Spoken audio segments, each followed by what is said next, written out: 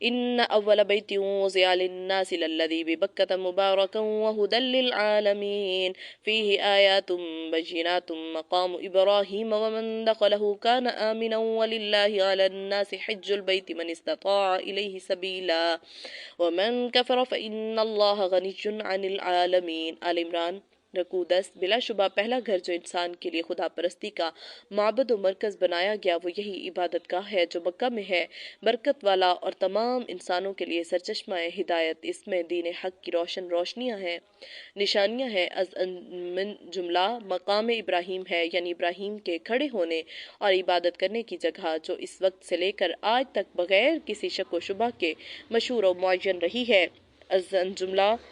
ازاں جملہ یہ بات ہے کہ جو کوئی اس کے حدود میں داخل ہوا وہ امن و حفظت میں آ گیا، اور ازاں جملہ یہ کہ اللہ کی طرف سے لوگوں کے لیے یہ بات ضروری ہو گئی کہ اگر اس تک پہنچنے کی استطاعت پائیں تو اس گھر کا حج کرے۔ بائے ہمہ جو کوئی اس حقیقت سے انکار کرے اور اس مقام کی پاکی و فضیلت کا اعتراف نہ کرے تو یاد رکھو اللہ کی ذات تمام دنیا سے بے نیاز ہے، وہ اپنے کاموں کے لیے کسی فرد اور قوم کا محتاج نہیں ہے۔